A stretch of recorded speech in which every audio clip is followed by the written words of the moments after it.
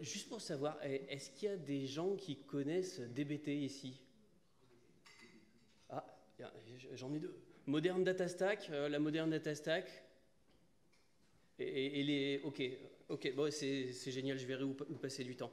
Eh ben, salut, moi c'est Vincent, je suis directeur technique chez MyBus, on fait de la mobilité. Et j'ai pas mal galéré sur des précédents projets sur du DBT, sur la transformation de données. Et là, j'ai découvert sur un projet de migration SQL Mesh. Je voulais le tester depuis longtemps. Et là, j'ai eu un cas d'usage où je devais déplacer, transformer 300-400 gigas de données en des données à un autre endroit avec une vingtaine de tables différentes. Donc, je voulais vous faire un retour d'expérience parce que j'ai vraiment bien apprécié la solution. Donc, juste pour vous donner du contexte, tiens, c'est dans le désordre. Pourquoi il y a besoin de tous ces outils? Alors, le besoin derrière, c'est de la data, faire parler de la data. Donc, disons qu'il y a le business qui nous dit, ben, j'ai besoin d'avoir combien les clients ont acheté, ceux qui ont été relancés par email et qui sont passés par le site internet les 30 derniers jours. C'est une question qui est super pertinente niveau business. Le problème, c'est que les paiements, ils sont sur Stripe, les envois d'email, ils sont sur Customer.io, les pages vues, elles sont sur Google Analytics, et puis la dernière fois qu'il est passé par le site web, c'est sur Postgre. Et en plus, il y a un fichier Excel qui permet d'avoir le suivi des relances. Donc là, comment est-ce que je prends les données qui sont disponibles là-dedans pour les faire parler? Et surtout, comment je les maintiens à jour? Parce que souvent la question elle est one shot, mais après on finit par s'y habituer à avoir des données propres. On peut rajouter plein d'outils, hein. Il y a des gens qui finissent avec des stacks d'outils assez monstrueuses. Le marketing adore avoir plein d'outils qui sont très utiles pour aller améliorer les performances. Ce qui a été inventé pour ça, c'est une des solutions, ça s'appelle l'ETL. ETL, c'est Extract, Transform, Load. J'extrais les données, je prends un outil qui est capable de se connecter aux différentes sources de données, qui les extrait à un endroit, une base de données centrale. Je les transforme pour les bidouiller parce que j'ai plein de formats différents, bien sûr, et je les regroupe pour pouvoir leur donner du sens, puis je les charge vers l'endroit, la destination, où je vais pouvoir les visualiser, les requêter, les afficher. SQL Mesh, je vais juste vous parler de la partie transform. C'est déjà... C'est le truc qui prend le plus de temps. L'extraction, il y a des outils comme Airbyte en open source ou Fivetran qui font ça extrêmement bien si vous êtes intéressé. C'est facile à faire, c'est pas très compliqué à configurer. Par contre, la transformation, c'est là où il faut coder. Les enjeux de la transformation, je vais revenir dessus, mais imaginez vous avez 15 tables. Avant de pouvoir travailler sur la table qui fait les stripe charges, par exemple, en fait, vous avez besoin de résoudre les identités utilisateurs. Donc, vous allez devoir ordonnancer vos transformations. Je vais transformer d'abord celle qui relie tous les ID utilisateurs parce que je vais l'utiliser comme référence, puis après... Bref, j'ai toute une orchestration. Puis en plus, il faut le savoir à quelle heure, dans quel ordre, parce que les extractions vont avoir lieu dans un certain ordre. Donc il faut que tout se soit passé dans le bon ordre. Et puis, c'est du développement. Donc pendant longtemps, on faisait ça à l'arrache dans son coin, mais puis la civilisation est arrivée. Git, le versionning, les merge requests, même pour la data. C'était toute la moderne data stack et ça a été une sacrée révolution. Avant, on faisait des SQL dans un coin et puis c'était galère à maintenir. L'autre chose, on va voir en détail, c'est garantir que les données soient fiables. En fait, créer des tests unitaires. Hein. Et des tests end-to-end même derrière. Ça vous paraît, si vous faites du dev, ça peut vous paraître surprenant, mais pour le côté data, c'est quelque chose d'assez récent. Et le dernier point, j'ai déjà eu dépensé 20 000 € en une demi-heure via BigQuery. Donc, des petites erreurs, ça peut finir par coûter très cher. Donc, voir comment on progresse quand on a de la data à charger.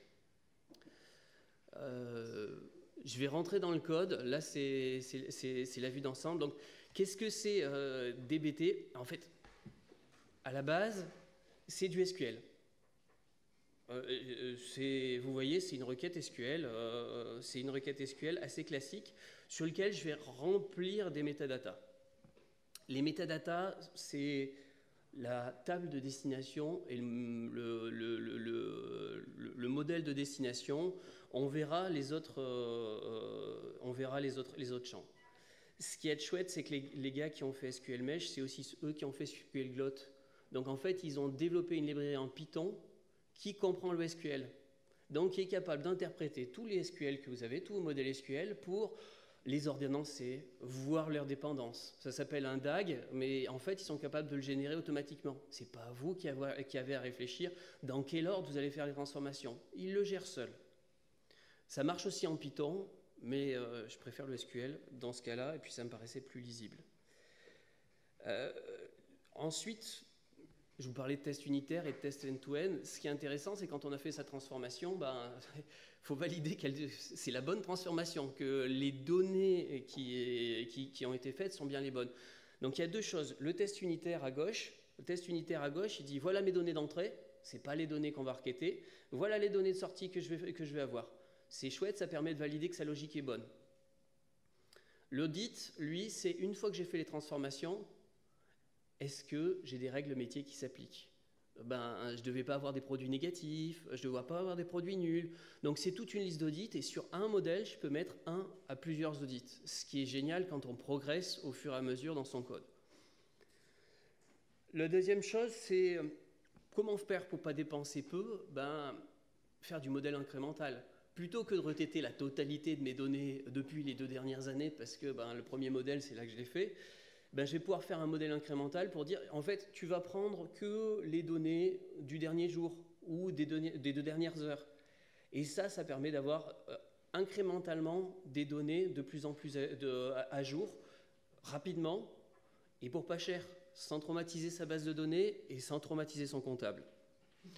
Vous voyez ici, c'est encore une métadonnée que j'ai mis, où j'ai mis voilà la colonne, voilà son former et une sélection sur le côté.